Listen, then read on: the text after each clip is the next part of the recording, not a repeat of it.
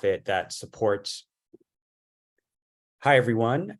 I'm Jaisal Noor. I'm with my colleague, Ashley Hopkinson from Solutions Journalism Network, a nonprofit organization that supports newsrooms and journalists to report on the full story, which is not just the problems we face, but the solutions and what's working to in response to those solutions through rigorous reporting. So I want to thank you all for joining us today. I think we can get to the next slide, please. Yeah, and so this is the first of a series of 4 panels focused on democracy. And so, in the lead up to this 2024 election, it already feels like we're in full horse race political coverage mode. And there's been a lot of talk and discussions, a lot of panels on what's, how our democracy is failing, where journalism has failed, or the shortcomings, or what hasn't worked in previous elections in terms of how the media has covered it. But far less attention has been focused, or often it's an afterthought, of what journalists can actually do in this moment, and the changes that they can make, and the lessons that they can learn from what's working in other newsrooms, the work that other journalists are doing. So Solutions Journalism Network is hosting a series of sessions. This is the first one. We have, if we go to the next slide, please, Wenani. We have 3 other sessions, which are going to be excellent, coming up in the next couple of weeks. You can register for all of those sessions. If you register for this event, you'll get an email with links to the other sessions, all with excellent newsroom leaders, journalists that have been on this beat and have practices to share that we can all learn from. And these sessions are interactive. You already gave us a lot of great questions we'll be working to address. If you have more questions, we will be monitoring the chat, so please enter your questions in them. And we have some great partners I wanted to acknowledge. US Democracy Day, if you haven't signed up, please do so. usdemocracyday.org. It's an organization that's working to support the media in addressing the threats to democracy and doing solutions reporting around it. The National Press Foundation, Kiplinger Fellowship, Emancipator, The Objective, The American Prospect. Thank you all for partnering with us on these programs. Next slide, please. So our agenda today, we're going to define what pro-democracy reporting is, what solutions reporting is, and its 4 pillars. How do you cover democracy with the solutions lens? So Solutions Journalism Network has been around for a decade now, but I've noticed one of the beats and one of the topics that tends to have less coverage through a solutions lens is democracy. So how do you do that? What are some best practices? And how do you begin to incorporate solutions reporting into your politics and democracy coverage? And these are all themes and topics that we'll be getting to in the other 3 panels as well, but we wanted to give everyone an introduction, some fundamentals that'll help you as we go through the next couple of sessions. So why are we doing this? What is inspired us to take on this threat? The 2024 election cycle is upon us. We had the first Democratic debate, the first Republican debate last night. And experts are warning of growing threats to US democracy. But many argue that political journalism has failed to absorb the lessons from recent elections. And it continues to treat democracy as a spectator sport, as entertainment, rather than thinking about what the value is, what the role of journalism should be in a democracy. This approach has fueled polarization and distrust in the media. It's contributed to an uninformed electorate and incentivized the dissemination of inaccurate opinion poll data. And the overall impact of these types of approaches has had a corrosive effect on our media and democracy. By centering politicians and political parties instead of people, journalists are creating a media environment full of false equivalencies that can mislead voters about the choices they face. And it leads to, in 2016, just 10% of political coverage was focused on policy. But research shows that Americans want solutions-based narratives in the media. And if we could go to the next slide, please. We're seeing a rise in news avoidance. A recent Reuters Institute study found that nearly 4 in 10 news consumers actively avoid the news. And so, actively, turn off the news or burnt out of it, feel that it's not relevant to them, and it's not actually informing them, not actually giving them an accurate picture of reality. And political journalism often contributes to that. So what can we do about it is the question we are going to answer today. Next slide, please. This framing of solutions journalism and pro-democracy, and we'll define those two things, but it is on the rise. CBS News just unveiled an initiative this year to embed solutions journalism in all their local news channels.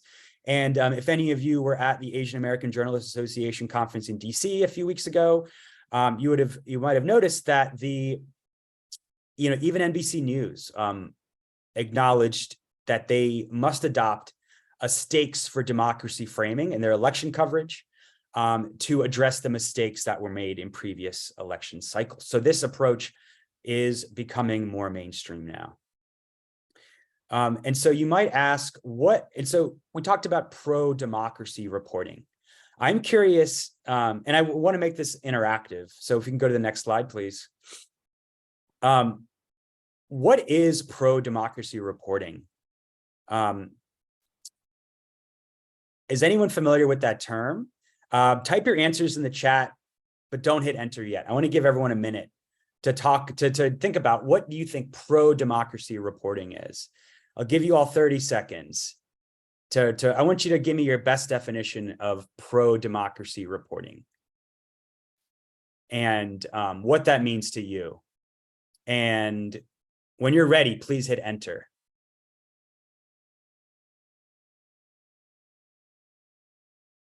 What does pro-democracy reporting mean to you?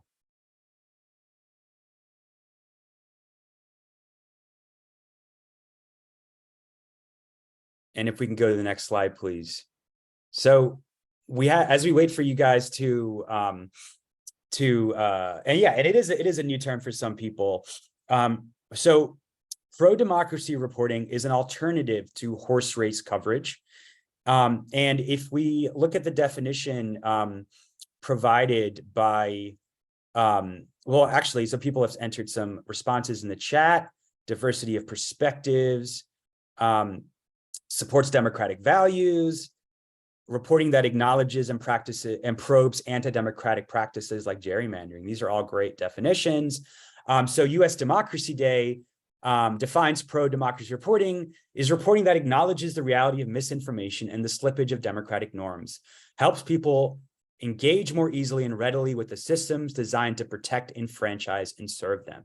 So pro-democracy reporting is reporting that centers communities, doesn't center politicians, and holds democracy as sacred. And if you're a journalist, you derive your profession from democracy. Without the First Amendment, you would not be able to publish your work. And so it's acknowledging reality and creating accountability in the political system without using a partisan frame. It's not pro-Democratic Party, it's not pro-Republican Party, it is pro-democratic values. And so these are all really great examples. Yana says, reporting that holds the complexity and problem solving of democratic systems and clarifies the values of democratic systems. So many of you in your questions, that you submitted said, how do we engage with communities that are turned off to the media? How do we engage with communities that face polarization and build trust with new audiences? And pro-democracy reporting is a way to do reporting that doesn't center politicians, but centers democratic institutions. And so this is a way to address news avoidance, to address the slippage of democratic norms, and to center these principles and values instead of politicians, which are the people that are doing the polarizing. And so I'm going to turn it over to my colleague Ashley to talk about solutions journalism. Hey everyone, thanks Jaisal. Like Jaisal said, my name is Ashley Hopkinson. Work here at Solutions Journalism Network. And when we think about like what solutions journalism is, our definition is that it's rigorous evidence-based reporting that responds to social problems and social issues. So if you think about the lens through which we tell stories, whether we're talking about immigration policy issues, education, healthcare, climate action, any of those things, it's not just about the problems that we're facing in those core issues that we cover often in the press, but how we are responding to those issues and giving equal coverage to people who are working to sort of solve the impenetrable issues that we have a lot of times. And Winani, you can go to the next slide. So I want to talk a little bit just about the 4 pillars of solutions journalism. It's about response, evidence, insight, and limitations. And so a solutions journalism story doesn't necessarily just feature a person. So it's not just about like centering a community leader who's doing something great, but centering actually the work that's being done and how it might be a response to whatever the social problem is that you're addressing. It provides evidence of results. So you're looking at effectiveness. So not just something that has an idea, but something that is actually getting some results in that idea. So in terms of maybe a political story where you're talking about, increasing voter access, like is the program actually helping to get more people to the polls? That would be an example of evidence. Discussing limitations. This, I think, comes naturally to us in the press corps, like why is something not working, and discussing that nothing is a silver bullet for any problems that we might be facing, but for every solution, there are limitations to how far it could go. And that could be anything from access to funding or what neighborhood you're going to or whatever the limitations might be. And that solution stories always focus on insight. So thinking about what a reader can gather from the story that you're telling. And from the lens of politics, to me, it's always about, is the reader coming away with information that can help them make a more informed election decision? Are we, as the press corps, providing access to accurate information about our communities and for our communities so that they can make a more informed choices when they go to the polls? And you can go to the next slide. Okay, so why these 4? Well, I think definitely in terms of responses, it's wanting to engage readers beyond just the problems that we're constantly focusing on, and also helping them to see that there are outliers, like there are grassroots organizations that are working. There are policies that are being passed that are pushing things forward in a productive way. Evidence is what makes all stories newsworthy. I think insight is something that we forget that we want to serve readers with. We want people to leave not just with information, but with information that allows them to make different decisions in their life and to understand more about their community and more about our democratic process as a whole. And limitations is our way, of course, of grounding stories. We're not just willy-nilly promoting things, but we are talking about how we can rigorously examine solutions that are put forth to social issues that are coming up.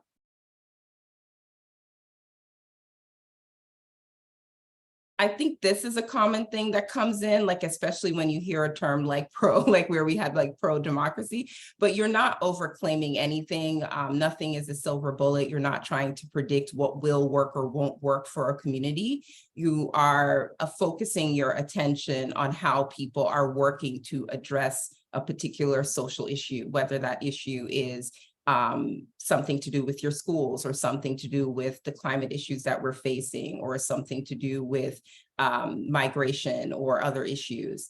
And if you don't make the story about a person, if you're not just centering a person, but you're focusing on the ideas, the organization, the programs, the policy, that is the way that you can ground a story. And then, of course, including limitations and unknowns, factors that you can't predict, is also a way of keeping things grounded in storytelling. And thank you, Ashley. And that was one of the questions that we got, from folks. What's the difference between advocacy and solutions journalism? And that is the answer. It is being grounded in rigorous reporting, making the story about ideas, insights. You're not as Ashley said, you're not advocating for anything. You're a journalist, so you're exploring what's working and using data and evidence to do that reporting. So the reason we have these 4 pillars of solutions journalism is because they are like the 4 ingredients that you need to have a good solution story. So all solution stories have those 4 ingredients. And so, that's a great place to start. If you're looking to do a solution story, gather those 4 pieces of, gather those 4 ingredients. And a great place to start is finding evidence. So, many people ask, like, where do you start? How do you do this in a national framework or a local framework? The best answer I have for you is find evidence of progress and explain how it happened. So here's an example of this. It's a story from the Ground Truth Project. And so this looks at, Georgia after the 2020 runoff election, where you had, the 2021 Senate runoff, but Georgia counted, a record number of votes. And this is despite, attempts at disenfranchising voters, voter suppression, which was, well documented in Georgia. So how did Georgia overcome these? And, who was involved in those efforts? And how do they know it worked? And so find evidence of progress and explain how it happened. Really simple, but that's a great place to start. And again, if you center evidence in your reporting, you can avoid advocacy because you're reporting on the facts. And then, start there and then talk to your sources, look at limitations, which is especially helpful, and insight. So especially helpful if you're trying to do a national story, because you can look at, what worked in Georgia, and then what might be different in another state, what might be different in Texas, what might be different in Pennsylvania, and you can make those comparisons. Next slide, please. Another great way to look at, to approach solutions reporting from a democracy lens is looking at who is doing it better. When we have our democracy fellowship called Advancing Democracy, and we just had our solutions lessons, solutions trainings for that fellowship. And that's something that we hear from all over the country. Like, my community has low voter turnout. How do I report on low voter turnout? Well, one way to do that is look at who is doing it better. Look at what cities, what counties have found a way to increase voter turnout. So actually the Philadelphia Citizen, I'm actually at ONA right now in Philadelphia, but the Philadelphia Citizen did a story looking at Minneapolis. And Minneapolis saw a large increase, 27% of voters casted a ballot. Only 27% of voters casted it in Philly's election, but in Minneapolis, a higher percentage voted, and they were able to increase that turnout. How did it happen? Right? You have the evidence. There's higher voter turnout in another city. How did that happen? What were the mechanics? If Philly wanted to replicate that, how would they be able to do it?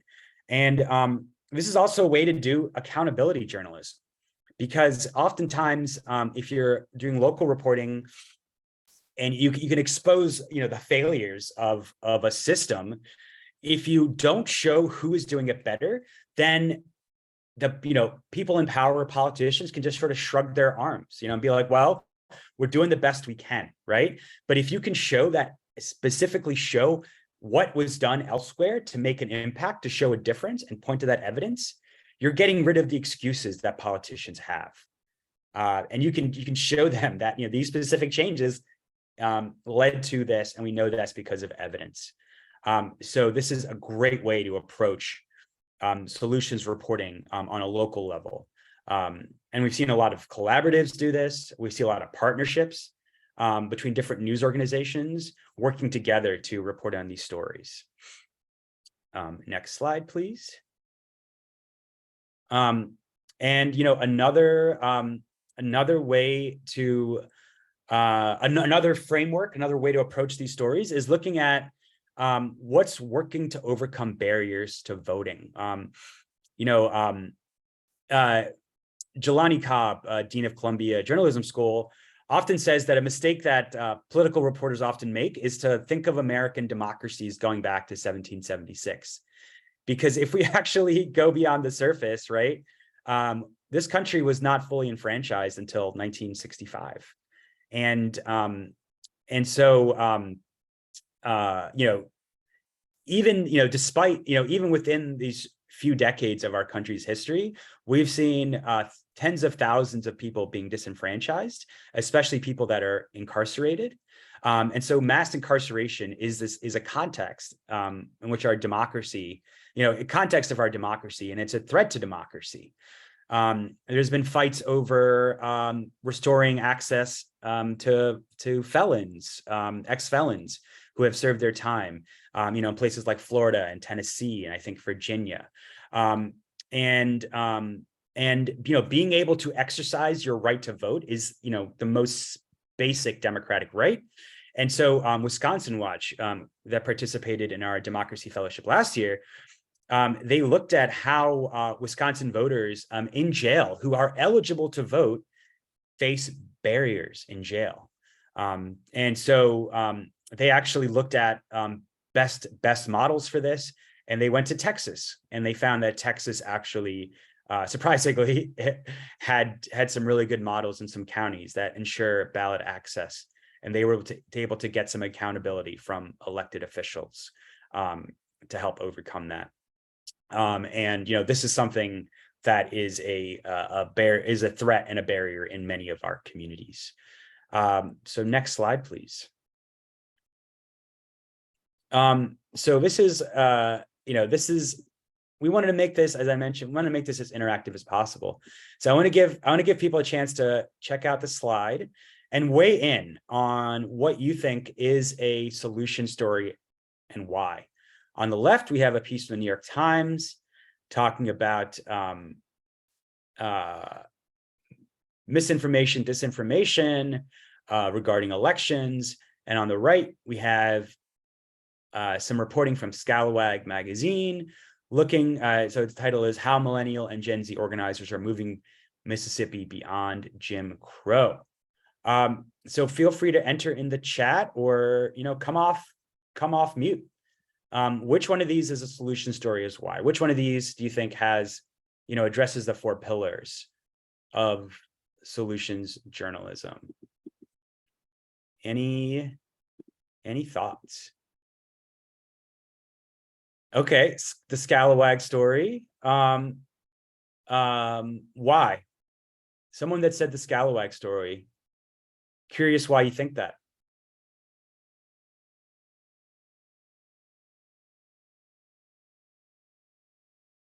Lauren, do you want to come off mute?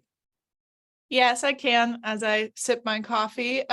Sure. I feel like that's a headline that leads me to believe that there's going to be this evidence of maybe this specific group of young people, what they're doing in their community to move that forward. Yeah, and it feels like a very clear response too. Absolutely. So how do they do it? How did these Gen Z, how did these young organizers make progress in overcoming, voter disenfranchisement, voter suppression in Mississippi? Absolutely. Whereas on the New York Times story is looking at is a problem story, right? This is a problem. It's, democracy is centered in this, but it's not talking about, what can be done about it. What is working to fight disinformation? So that is the difference. I think all of us here probably understand that democracy is under threat. Like I'm, you don't have to read 40 news articles a day to understand that. But more and more, a growing number of people, there's there's common awareness of that now, but like what can actually be done, what's actually working to address it is something that gets less attention. Okay, Lauren, you raised your hand. Also, too, I think just the way the headline is written for the New York Times, and obviously without reading the story, it feels like it's very two sides and conservatives versus Democrats, which to me just right away felt very polarizing. So it felt like it wasn't going to be a story that moved democracy forward based off of Right. that. Absolutely, right. The both sidesing democracy is not pro-democracy reporting, right? Democracy is not up for debate. We have another question. Is it Ellie? Eli, actually. Eli. Oh, sorry, Eli. That's okay. My mom spelled it wrong, so I've heard it every way. Yeah, I just wanted to say the New York Times one also does the thing that we always try to avoid in corrections, which is repeat the error. So it's got that kind of foregrounding the misleading statement. Exactly. We don't need to platform disinformation. That's not our job if we want to be pro-democracy reporters. Absolutely. Great. Next slide, please. So, one thing we understand is that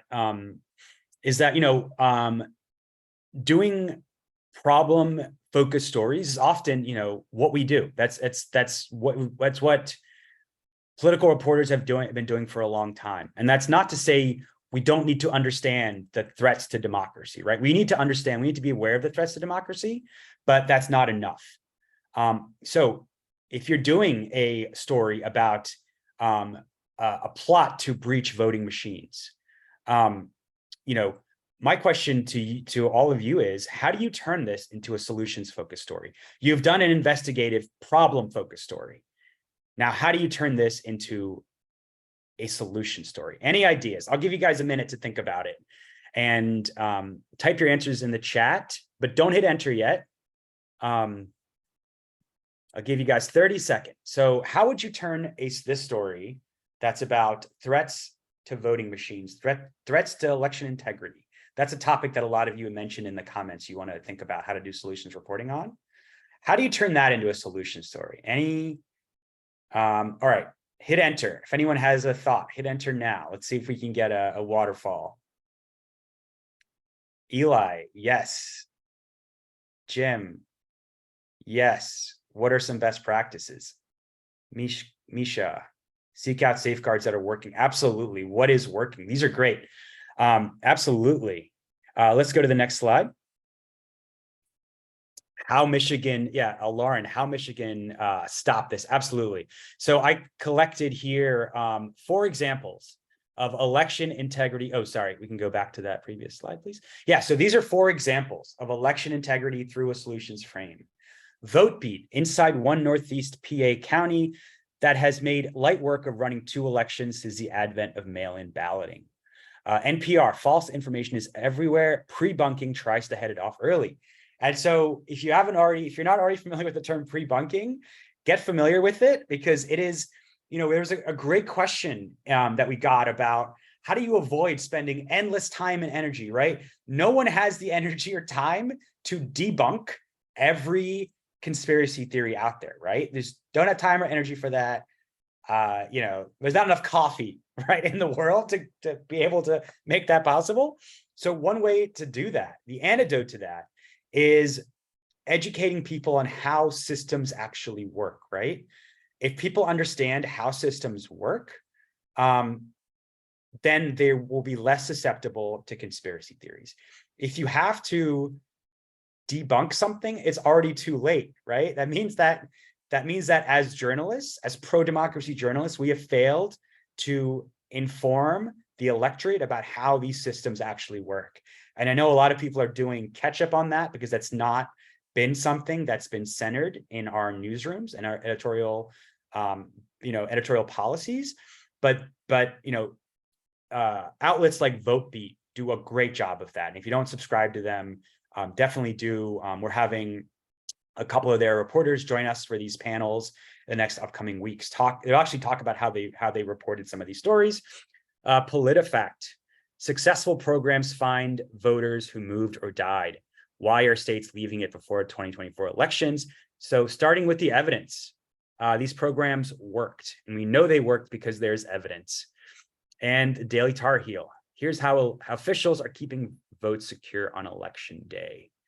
So these are all great examples, and these can be follow-ups to those investigative pieces, exploring the threats, what's working, how do we, what's working, or who's doing it better, right?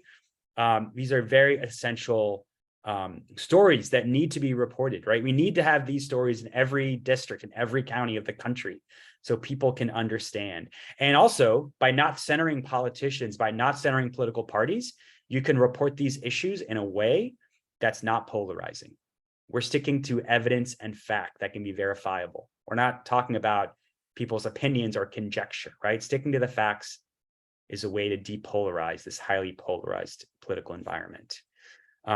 So we can actually skip the next slide because we want to have some more time for questions. So we'll take more of your questions at the end, but you might be curious about how do you make these changes we talked about in your workflow? We know that you guys are already overworked. You have a lot on your plate. You already have more work than you can possibly do. But what are some easy ways that you can start working these stories, working these ideas into your workflow? Ashley.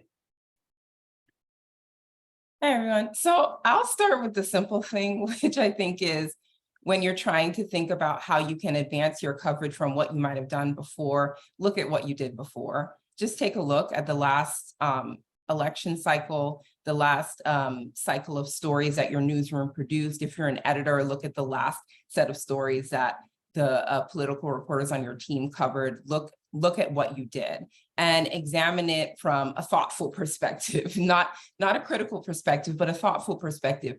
What could we have done differently within the space of this political coverage? What is a story that you see bubbling up to the surface that your team missed? And I think the second thing, after you sort of do an investigation into your own byline or the bylines of other people, is to read coverage that you feel centers solutions in a thoughtful way. Some of the examples that Jaisal showed earlier, but that's to scan stories, not just reading news coverage as a way of educating yourself on how competition is covering a particular issue, or just getting up to speed on the issues yourself, but actually looking for solution stories and scanning multiple publications to see, is anyone covering how people are addressing these issues that we're facing one season after the next? And then I think incrementally working on solution stories. Whenever we have a conversation, and I speak from the perspective of a social issues reporter, health, education, immigration, people think you're wanting to replace stories. When we're talking about solutions, we're talking about broadening your appetite of stories. So it's not that you're not going to cover the Republic debate, last night, where they're taking swings at each other. It's not that is not something that your paper covers. It's that it becomes a part of your full coverage, that solutions journalism and solutions stories become a part of the whole. And so you're not just covering elections in one way, you are integrating this coverage into your full work. And I would say the fourth thing is about pitching and planning. In the same way we have a newsroom huddle, and we're talking about how are we going to cover the 2024 elections? How are we going to cover, the debate coming up in September? What are we going to do? When you're having these editorial meetings and you're pitching stories or you're planning for coverage, talk to your reporters and talk to other editors in the room. We know that we have low voter turnout in this particular county. How do we plan to cover it? We know that there's always, accusations of fraud in this particular area. How do we get ahead of those stories? So make it a part of your language when you're talking about elections coverage. Ashley, there was a question about best practices for pitching these stories. Do you have, you worked at all levels in newsrooms. Do you have any tips for reporters that are trying to pitch this to their bosses? Yeah, I think one of the things that has worked on me as an editor is I had a reporter one time come up to me and talk about an outlier story about someone who was about a particular county that had a really high turnout for something. And I was like, is that true? Because we typically cover the outlier story from the worst performing, like the worst performing school, the lowest voter turnout, the lowest maternal mortality rates in the country. And that is the way that I'm used to looking at statistics. And so that's not a critique of myself. That's just facts. That's just, I've been in the business a long time, and that's the natural way I look at stories. However, what that reporter did was flip the outlier thing. So the outlier is also someone who's doing something that is completely surprising to you. So I think the outlier story meshes well with the way that we typically do coverage in newsrooms, which is we are looking for something unique to tell readers. It's just that the unique thing that you're telling readers doesn't always have to be the worst thing. It could also be the surprising thing. And so that's a pitch that that works. And so if you have the evidence and you've been able to flip it and there is something surprising, I think that's one way to pitch the story. And I do think the other sort of, I wouldn't say lowball way, but the other sort of easy entryway is always think about the second day story, the follow-up story. So, if you're thinking about the way that we cover, natural disasters even, it's, of course, you do all the breaking news, you do all of those stories, but then you do the deep dive after. And it's the same thing like with the debate yesterday. It's like, of course, you cover like, them slinging mud at each other, really, honestly. You cover that stuff, but then after it, you get down to who were the candidates who actually said that they would, continue to send funding to Ukraine if they could or didn't. You go to the next day story after that, and that's a wonderful way to include solutions into the full slate of stories that you cover. I think for me, the best solution stories are unexpected. And like Jaisal said earlier, like it removes excuses from officials. There's a lot of talk about what we can and can't do, a lot of talk about, just progress and the amount of money that we have or don't have. But there are systems in which certain policies are being pushed forward. And I think when we cover that and we cover different things like that, it removes the excuses from under officials. And I think you can explain the problem and the response to the problem in the same story. I'm of the mindset that a solution story does not always have to stand singularly alone. I think you can, very, very well explain all of the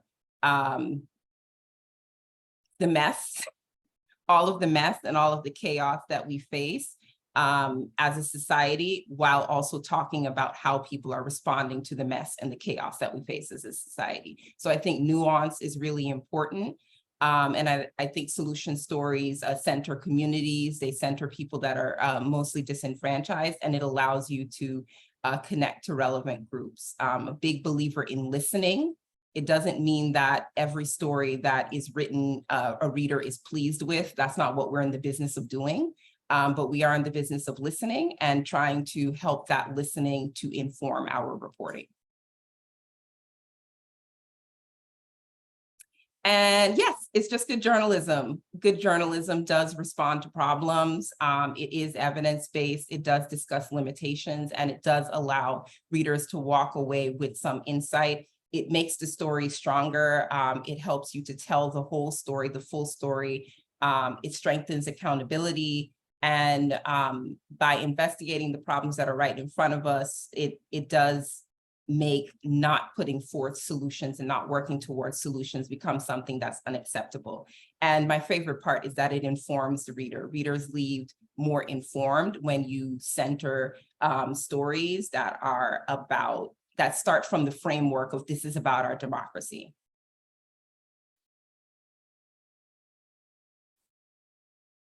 And I think we touched on this a little bit earlier, but yeah, not every election story needs to be solutions focused.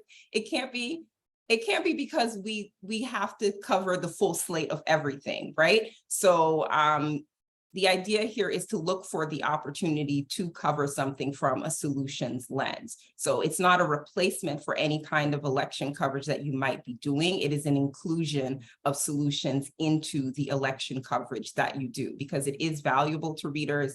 It helps readers to tap into coverage. It helps them to stay on stories longer, and it helps them not to check out from our election coverage in general. And this is a great one because it is, who are you writing for? Are we writing for audiences to be informed so that they can make the most informed decision when it comes to our electoral process? Or are we writing just to cover politicians slinging mud at each other? So there's a form of political journalism that I do think leans into entertainment.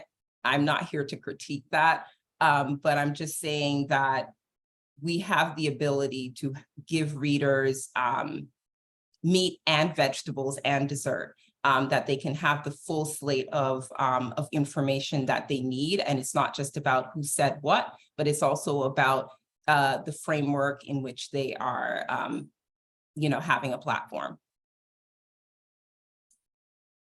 So we have a solution story tracker. I know I said earlier, like, scan news sites and see if you see, stories that, center democracy and talk about, solutions to problems that we face. But you can also check the tracker, and you can search the tracker through a multitude of topics. And it's a great way to see how other newsrooms across the United States, even internationally, have approached their coverage. You can find multiple topics, but my favorite way to search is issue-based searching, because my focus as a journalist and editor is issue-based. So you can search for health, you can search immigration, you can search climate, you can search criminal justice, all of those things, and you'll be able to find platforms and election coverage that centers the social issues that we're facing. And we do have a democracy area in the tracker too. That's something that's been a top priority for us.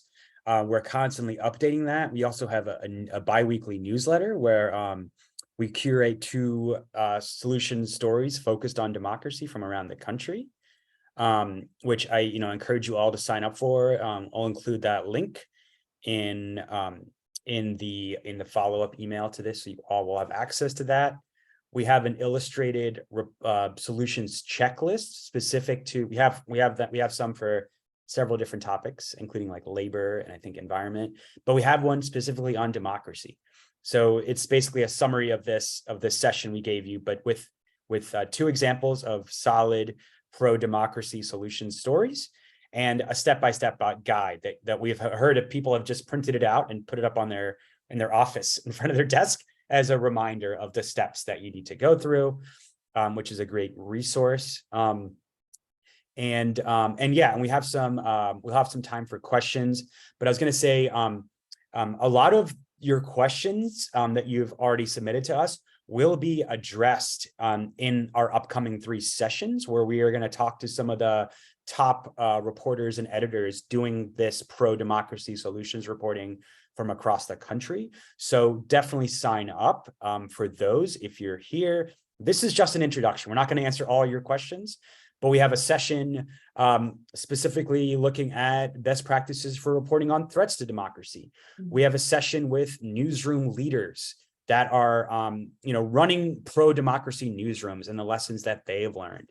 The Texas Tribune, for example, took part in our democracy fellowship last year, Advancing Democracy, which is a fellowship with Harkin and Trusting News. We also have Good Conflict we're working with, but they once they sort of they still had their horse race political coverage, but once they adopted a democracy-centered coverage, which centered their audience, they saw a dramatic increase in traffic. So their voter guide in 2022 was their highest trafficked voter guide they've ever had. Their most popular election coverage ever was based on a survey of 1,700 readers. And they based their election guide based on their readers' concerns and gave them tools on how to be informed and how to engage. And they didn't just pre-bunk election conspiracies, but they actually reached out to people and contacted people that were spreading conspiracy theories and actually explained to them, explained to people that were spreading conspiracy theories, what they were actually seeing, and actually went even to that extra step. So yeah, definitely sign up for all of those opportunities. Sign up for US Democracy Day if your newsroom isn't already a partner. It's a National Day of Action, September 15th, the International Day for Democracy. All you have to do is, publish one article that is democracy related, expressing those pro-democracy values. And we have a list of, I'm also an organizer with US Democracy Day, and we have a list of articles available for republication on your website. And we'll be sharing all the reporting that's been done from across the country. Last year, we had almost 400 newsrooms sign up, and this year we're trying to beat that, which is going to be especially important. I know a lot of newsrooms are right now figuring out how they're going to cover this election cycle. And so we want to be here for you and giving you these resources and opportunities. And you don't have to reinvent the wheel, right? There's best practices out there. And we're going to take you right to the source from the top reporters and editors doing this work and that have been doing it for a long time that we can all learn from. So we have about 10 minutes left for questions. Go ahead. Feel free to come off mute. Hi, guy. Can I speak? Can I ask, actually? Sure. Okay. Sure. Here's the thing. Here's my question. I'd like to know what I hear your US but that have you ever? Yeah, I'm sorry. I'm sorry, you're cutting out. Would you mind entering your question in the chat, because we weren't able to hear your question. If you can enter your question in the chat, we'll be able to hopefully answer it or connect you with someone that can answer it. If there's any other questions, feel free to enter them in the chat. Yeah, if you could type the question. And so, yes, we'll take, we have time for a few more questions. Feel free to type in the chat or raise your hand and we can call on you.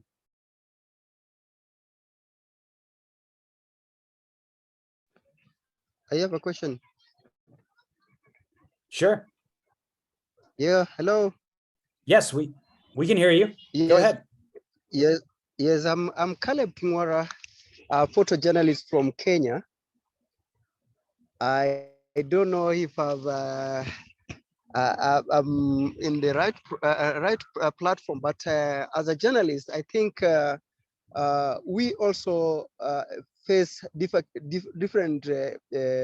We face problems in when covering the stories during election and others. But what I wanted to know, as a journalist, maybe you wanted to report something and maybe the news source that you wanted to you wanted to share the information, the right information for you to run your story, has declined to give you the right information. What should I do as a journalist when he has declined, for me to have the evidence before I run the story? Yes, thank you.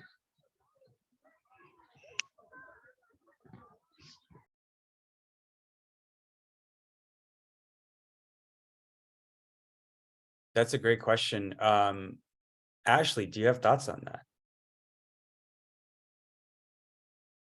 I mean, for me, this is sort of from the perspective of you do your due diligence to get all the information that you can as a journalist. And when you have reached out multiple times to access particular kind of information, you feel like you might be able to reach out to secondary sources to get something verified. it depends on what the story framework is, but I am not opposed to letting readers know that the journalist and the newsroom has made every effort to reach sources to validate a particular perspective or to validate a particular thing. So it does depend on the topic. It depends on what it is. But I would say the approach is that if you're not able to find what you need verified through that particular person or that particular source, and you can't get it through secondary verification, that depending on what the topic of it is, if it's like asking somebody to respond to something that was said at a debate or a council meeting or some sort of town hall or election thing, then you can always say that the person has refused to comment, or you've reached out and the person hasn't, addressed that comment. So I'm very much from the perspective of an editor as addressing the elephant in the room. I wouldn't have reported a story on the debate last night without addressing the fact that Trump wasn't physically present. Like, I would not have done a story without, addressing that aspect of it. So, I think call a spade, and do your due diligence to get information verified through other sources. Yeah, absolutely. And, newsrooms have that issue when they're doing voter guides, because some candidates refuse to answer the questions. And, one strategy is, especially with voter guides, is, get your questions from your audience. So it's not, you are not, it's not a question. It's not just, they're not just answering you, they're answering their constituents, right? That's one strategy. And absolutely, if they don't want to answer your questions, then let your audience know, and let them, and if it's a voter guide and 5 candidates respond to the questions that their constituents want to know, and 1 doesn't, then that sort of speaks for itself as well. Like what is that candidate prioritizing in their election cycle? Fantastic. We just have a couple minutes left. We probably have time for one or two more questions. If anyone, oh, Maya. Hi. Hi. Thank you for this. This is amazing. So I'm a political comedian, and I'm trying to figure out how to integrate comedy into solutions journalism. I was the host for the Lincoln Projects. We're speaking for a couple of years. And what I find with, like, when you put up the 2 different stories, the sensational New York Times story, clickbaity, that's the one everyone wants to click on. The other one is like, yes, that's the meat, that's the heart, that's what we need to talk about, but nobody wants to click on that. So how do we make solutions-based journalism more, because you have to compete, unfortunately, against these sensationalist stories. Is there a way to do it properly, to integrate it?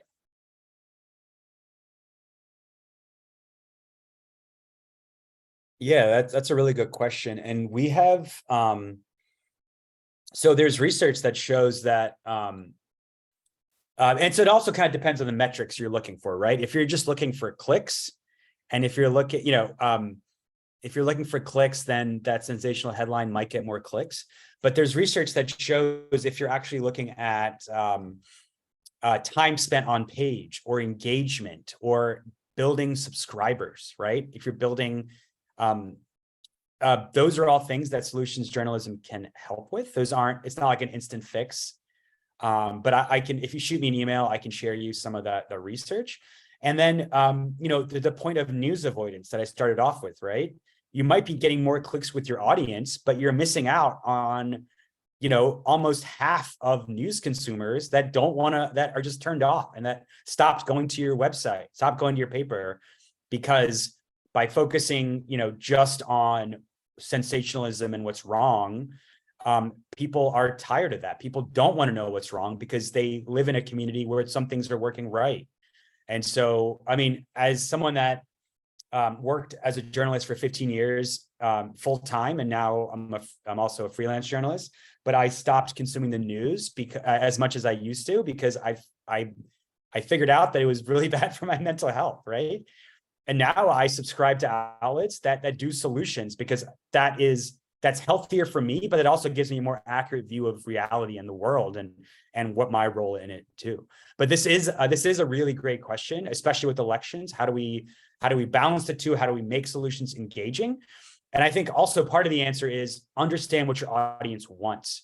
If you are doing reporting that just centers politicians, you have no incentive to talk to your audience. But if you do reporting that answers the questions that your audience wants, that is a way to do a different approach that can lead to more engagement and investment, and gives, as a lot of news outlets are shifting to a subscription-based model, really understanding your audience, connecting with your audience, using your audience for story ideas, right?